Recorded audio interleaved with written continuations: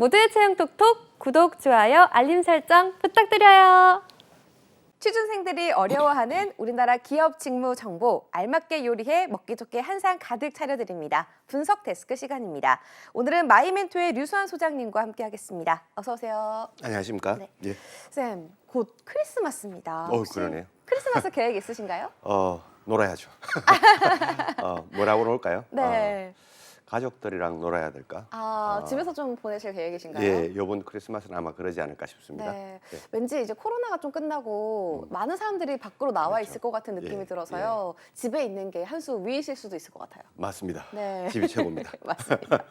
네, 항상 우리 은행권 취업의 전설답게 매번 취준생들에게 많은 정보 주고 계신데요. 예. 오늘은 또 어떤 주제 가져오셨나요? 우리가 지난 시간에 본 게 네. 뭔가 하면 지난 시간에 우리 그 각 은행들의 이제 본점 부분들에 대해서 네. 본점이 이제 어떻게 구성이 되고 있고 조직이 어떻게 구성되어 있는지 본점과 지점이 얼마나 이제 좀 근무하는데 차이가 있는지 그런 거 위주로 지난 시간에 한번 보고 아마 지난 시간 마지막 후반부에는 제가 이제 근무했었던 인사부 기능에 대해서 인사에는 어떤 기능들이 있는지 그런 내용들을 좀 지난 시간에 네. 마지막 부분에 오늘 살펴봤었고요. 맞아요. 오늘은 이제 그 인사부를 제외한 나머지 본점 부서들이 또 되게 많습니다. 되게 많아서 그 인사부를 제외한 나머지 본점 부서들 중에 또 어떤 중요한 부서들이 있는지 네. 또 우리 취준생분들이 이제 나중에 근무를 한번 해보고 싶어하거나 나중에 어떤 근무해보고 싶은 그런 기능들이 있을 텐데 네. 좀 궁금해하는 그런 부서들을 위주로 해가지고 네. 본점 주요 부서들에 대해서 한번 보도록 하겠습니다. 네, 쌤 지난 시간에 보니까요 은행 건물 안에 본점 안에 정말 몇십 개의 부서들이 있는 걸 볼 수가 있었는데요. 굉장히 규모가 크다 이런 생각이 드는 날이었습니다. 본점 부서 또 은행의 본점에 대해서 지난 시간 방송분을 좀 정리하고 들어가 볼까요? 그러죠. 아마 지금도 화면에 나오죠. 네. 저게 이제 땡땡은행의 그 본점 조직도 구성입니다. 저기 이제 지점까지 포함하면 엄청난 그 조직도가 나오겠죠. 네, 지점이 네. 이제 뭐 700개, 800개가 있으니까요. 와. 근데 이제 저기 본점 부서만 해서 지금 화면에 나와 있는 저 은행 같은 경우에는 본점 부서만 해가지고 한 70개 부서가 있습니다. 70개 부서가 있는데 다른 은행들을 조사를 해봐도 보통 작으면 한 40개 정도 부서가 네. 있고요. 많으면 지금 우리 화면에서 보고 있는 70개, 80개 정도의 부서가 있기 때문에 평균적으로 본점에 있는 부서의 수는 한 50개, 60개 정도는 될 것 같습니다. 네. 근데 이제 전체적으로 우리가 한 은행에 우리 대형 은행이라고 하면 국민은행이라든가 신한은행이라든가 농협은행이라든가 우리은행, 하나은행 이런 은행들을 들 수 네. 있는데 이 은행들이 그 전체적으로 인원이 몇 명인가 하면 네. 한 13,000명에서 15,000명 정도 오. 됩니다. 한 은행이에요. 네. 그럼 이제 우리 본점에 근무하는 인원과 전체적으로 이제 지점에서 근무하는 인원이 이제 전체 비율이 이제 나뉘게 되는데 이게 한 25%대 75%, 그 4분의 1 정도가 본점에 근무하는 거죠. 네. 그러니까 10,000명의 4분의 1이면 2,500명인데요. 15,000명의 4분의 1이면 뭐 한 3,000명, 3,500명쯤 될 겁니다. 그래서 15,000명이다 그러면 한 12,000명 정도가 지점에서 근무하고 12,000명이 지점에서 근무하고 한 3,000명 정도가 본점에서 근무하는. 네. 이 본점이라고 하는 곳이 이 3,000명 정도가 근무하는 이런 곳이다 보니까 와. 상당히 클 수밖에 없죠. 그렇네요. 그래서 이제 그 각 은행별로 본점하고 지점을 어떻게 인적 자원을 숫자를 비율을 배분을 할 것인가라고 하는 게 본점에서는 주로 이제 후선 부서, 후선 업무 기능을 하는 곳이고 네. 지점이라고 하는 곳은 주로 이제 일선에서 고객들과 만나서 영업을 하고 비즈니스를 하는 곳인데 이 구성을 어떻게 만들어 가야 될 것인가 하는 것도 상당한 포트폴리오의 그 네. 중요한 전략적 지표 중에 하나입니다. 네. 이게 이제 지점 쪽이 많으면 그만큼 비즈니스를 하는 영역이 넓어지니까 고객 접점이 많아질 거고 상대적으로 이제 본점 쪽이 많아지면은 이제 작전을 세우고 전략을 세우는 이 기능, 후선 기능이 많아지니까 이제 일선에서 돈을 버는 그러니까 비즈니스를 하는 기능이 좀 줄어들 거고 네. 가장 합리적인, 가장 효율적인 이 구조가 얼마가 될 것인가라고 하는 것도 뭐 정답이 있지는 않습니다만은 네. 각 은행들이 항상 고민하고 있는 그런 기능 중에 하나고 본점은 하여튼 우리 은행권에서 본점은 그만큼 생각보다 우리 취준생분들이나 일반인들이 생각하는 그 생각보다 되게 큰 조직이다라고 네. 하는 이런 부분은 우리가 뭐 아까 봤던 화면을 통해서도 볼 수 있겠죠. 네, 아까 네. 화면을 통해서도 봤지만 글씨가 정말 작아서 보이지 않을 정도로 부서들이 굉장히 많은 걸 확인할 수가 있었는데요. 맞습니다. 예. 오늘도 정말 느끼지만 70개, 80개 정도 된다고 하셨죠. 예. 정말 많은데요. 이 부서들에 대해서 전부 다 설명을 해주시기는 좀 어려울 것 같고요. 중요한 기능이나 또는 취준생들이 궁금해하는 부서들에 대해서 좀 소개를 해주시면 좋을 것 같은데 네. 먼저 어떤 부서로 가볼까요, 쌤? 예. 지난주에 우리가 이제 네. 지난번에 그 인사부 기능을 한번 봤단 말이죠. 인사부에 있으면 인사부에서는 어떤 기능을 하냐면 이제 저 조직도가 본점에 대한 조직도와 지점에 대한 조직도가 있으면 저기다가 이제 사람을 가장 적재적소에 맞는 사람을 채워 넣어야 하는 그 기능이 인사부 기능에 네. 있습니다. 그래서 저 만약에 땡땡 부서다 그러면 저 땡땡 부서에는 어떤 사람이 가는 게 어떤 직원이 저 업무를 담당하는 게 가장 우리 은행 전체를 위해서 효율적일까라고 네. 하는 이런 부분을 이제 고민하는 부서가 인사부 기능이겠죠. 네. 근데 이제 그 인사부가 주로 이제 사람에 대해서 고민을 한다고 하면 네. 사람이 아니라 이제 결국 은행과 뭐 이런 기업들은 그 비즈니스를 하는 구조고 그 결국 숫자라고 하는 매출이라든가 이익이라든가 이런 숫자가 결과로서 나와줘야 되는데 네. 이런 숫자와 관련된 큰 어떤 그림을 그리는 이런 부서가 있습니다. 그게 이제 은행별로 이름을 조금 달리하는 저 은행도 있는데 네. 그 보통 재무기획부 또는 뭐 경영기획부 뭐 이런 식으로 이제 이야기를 그 부서 이름을 정합니다.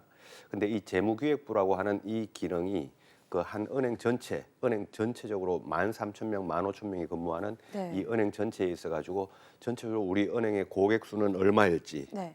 고객 수는 몇 명인지, 뭐 우리가 올해 단기 순이익이 얼마인지, 올해 총 예금액이 얼마인지, 그 지금까지 어떤 트렌드가 어떻게 지내왔는지, 그럼 앞으로 이제 3년 후, 5년 후에는 어떤 트렌드로 가지고 어떻게 계획을 세워가야 할 것인지라고 하는 이 은행권에 있어 가지고 아주 큰 그림들, 그 숫자와 관련된 큰 그림을 그리는 이 부서가 재무기획부 또는 경영기획부라고 하는 이 기획 기능이 들어가 있는 이 숫자와 관련된 기획 기능이 들어가 있는 이 부서가 있습니다. 근데 이 부서가 이제 그 우리 취준생분들도 뭐 이런 부서가 있다 그러면 상당히 들어가고 싶어 하겠지만 네.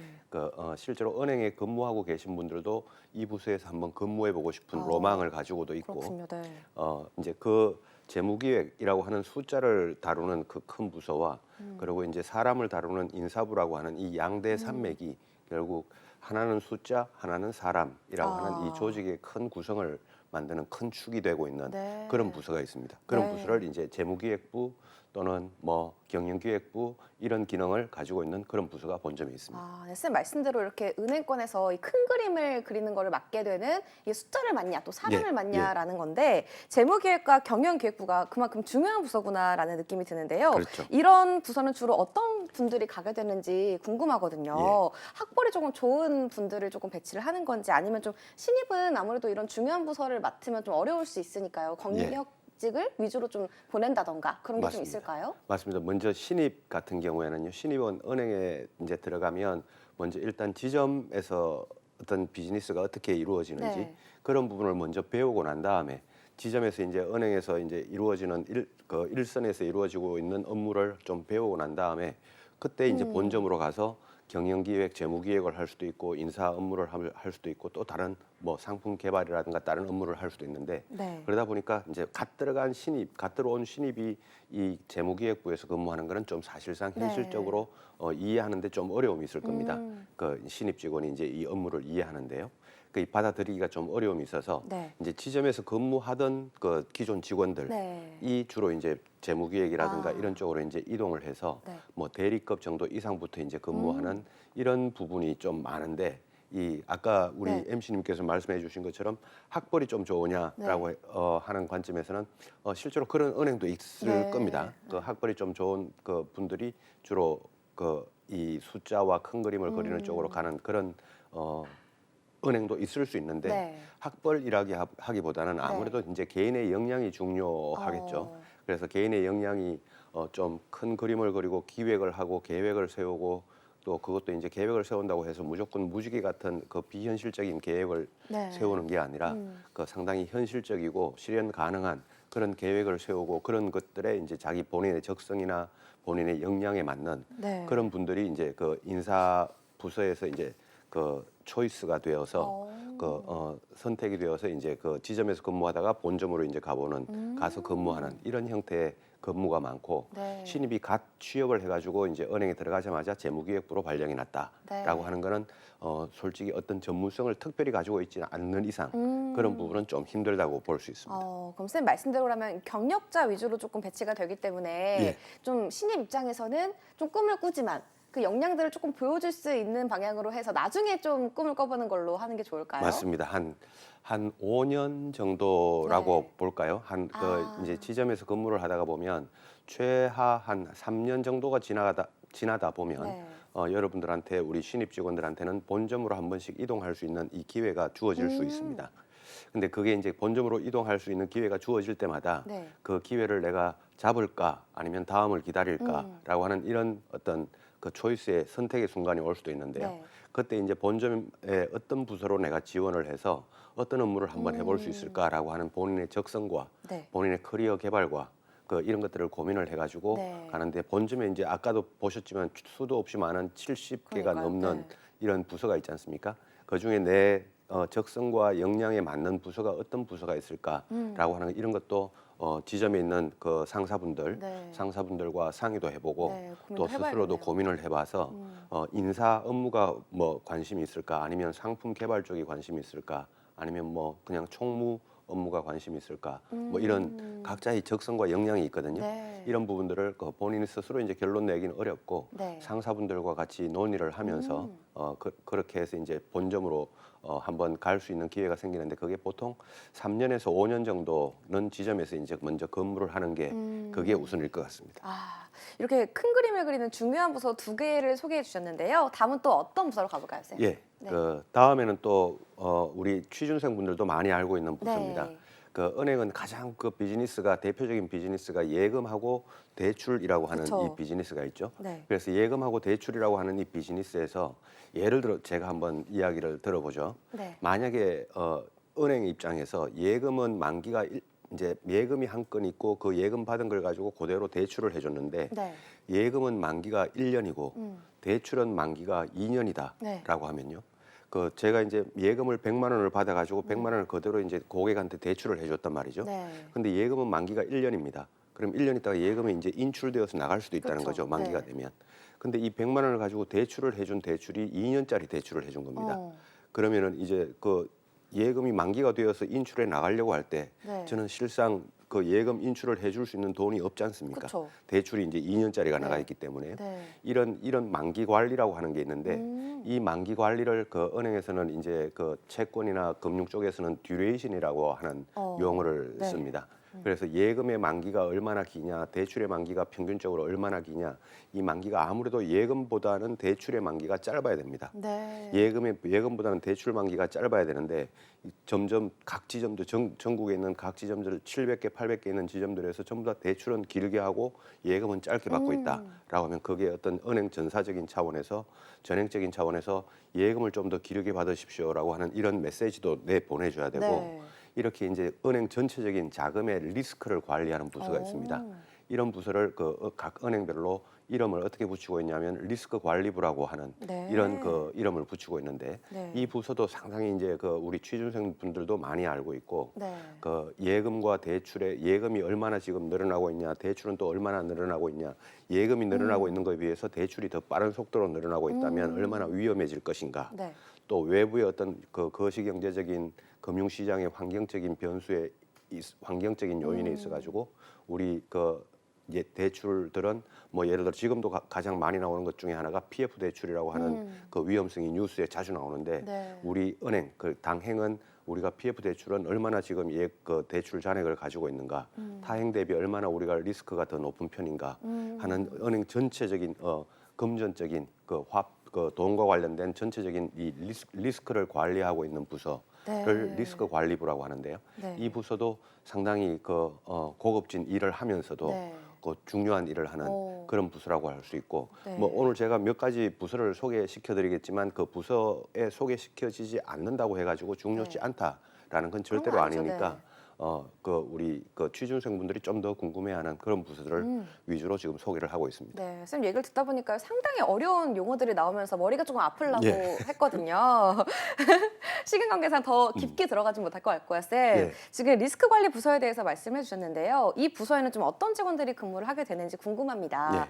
여기는 좀 신입이 들어갈 만한가요? 여기는 그래도 아까 우리가 뭐 인사부라든가 인사 업무를 한다고 하면 네. 그 전체 직원들에 대한 자료를 좀 알아야 되기 때문에 어느 지점에 어떤 분들이 근무하고 있는지 이런 것들을 알아야 되는데 그러다 보니까 역시 인사부도 신입이 들어가기에는 참 어렵습니다. 네. 그래서 신입이 들어간다고 하더라도 이제 좀 그 난이도가 낮은 업무를 하게 되죠. 네. 근데 이제 기존에 이제 그 은행 돌아가는 그 어떤 비즈니스 구조라든가 그 각 지점에 있는 분들의 어떤 그 인적 그 자원이라든가 이런 거에 대한 정보를 좀 아는 분들이 네. 인사부에 들어가면 한결 더 수월하게 이제 네, 업무를 그렇죠. 처리할 수 있을 겁니다.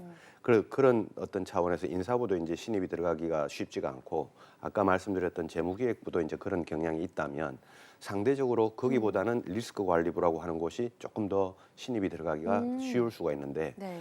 리스크 관리부는 이제 좀 수학적인 통계학적인 이런 어떤 역량을 요구를 하고 있기 때문에 네. 그 아까 말씀드렸던 리스크 뭐 듀레이션이다 뭐 이런 계산하는 이런 과정에 있어 가지고 네. 리스크 관리를 하는 우리 그 국내에서 금융 자격증 중에 FRM이라고 하는 자격증이 있습니다. FRM이라고 하는 자격증을 이제 학생 때도 공부를 할 수가 있는데요. 네. 그 취준생들도 공부를 할 수가 있는데 이 FRM이라고 하는 이 자격증을 공부하면 그래도 리스크 관리부에 들어갈 수 있는 한 발짝 정도는 더 가까이 갈 수 있다라고 생각을 하고 신입도 들어갈 수 있습니다. 근데 네. 이제 주로 이제 신입들에게 요구하는 역량은 이 리스크 관리부 같은 경우에는 수학이나 네. 통계학이나 잘 해야 산업공학 될 것 같아요. 네. 이런 쪽 숫자와 관련된 어떤 툴을 잘 활용하는 네. 그런 쪽 역량을 좀 요구하고 네. 신입도 불가능하진 않습니다. 그렇군요. 예. 네, 지금 쌤이 취준생들이 좀 궁금해할 만한 부서들을 예. 소개해주고 계신데요. 다음은 또 어떤 부서로 가볼까요, 쌤? 또 취준생들이 네. 궁금해하는 것 중에 하나가요. 네. 항상 우리 개인금융 쪽으로 가다 보면 학생들이 우리 취준생들이 나중에 어떤 일을 해보고 싶냐라고 물으면 항상 나오는 답변 중에 하나가 네. 저도 예금 상품을 한번 개발해보고 싶습니다. 예금 상품을 한번 만들어보고 싶습니다. 아. 땡땡 정기적금이다, 땡땡 예금이다. 그러면 네. 이런 예금 상품을 한번 만들어보는 재밌을 이 것 기능을 그래. 네. 그 학생들이 실제로 네. 관심을 많이 가지고 있고 항상 나오는 답변이 이 답변입니다. 네. 그래서 상품 개발을 하는 그 오. 예금 상품, 대출 상품 이런 상품을 개발하는 부서가 있는데요. 네. 각 은행에는 이 상품 개발부 또는 뭐 그 은행마다 그 이름은 살짝 다를 수가 있습니다. 네. 근데 이제 상품을 개발하는 이 부서가 그 은행에서 또 중요하겠죠. 그렇죠. 이제 아무래도 타 은행이나 타 금융회사 대비해 가지고 우리가 상품을 개발하면 어떤 특징을 가지고 어떻게 고객을 맞춤 타겟팅을 해서 상품을 이제 매칭을 시킬 수가 있는가 이런 걸 항상 고민을 하면서 또 이제 이자를 그 금리를 어떻게 드려야 고객도 만족하고 은행도 만족할 수 있는 상호 윈윈이 될 수 있는가 네. 이런 것들을 이제 이것도 마찬가지로 수학적으로 이제 그 고민이 됩니다. 네. 그래서 이제 그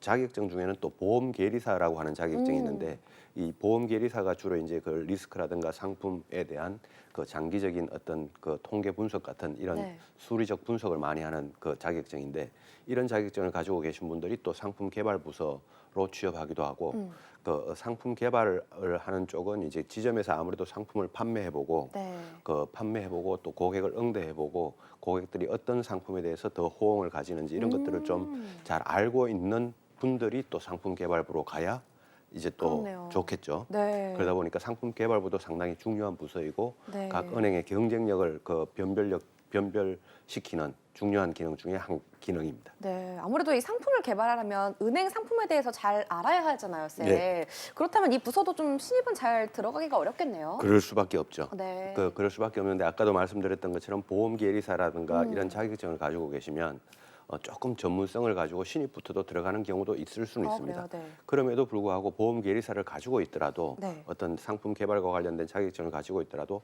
그래도 지점에서 한번 먼저 생활을 해보고 한 1, 2년 있다가 그 상품 개발 부서로 이동하는 게 네. 그게 더 수월한 업무 처리를 할 수 있는 방법이라고 개인적으로 생각은 됩니다. 네, 시간 관계상 한 부서만 더 가보도록 할 텐데요. 어느 네. 부서로 가볼까요, 쌤?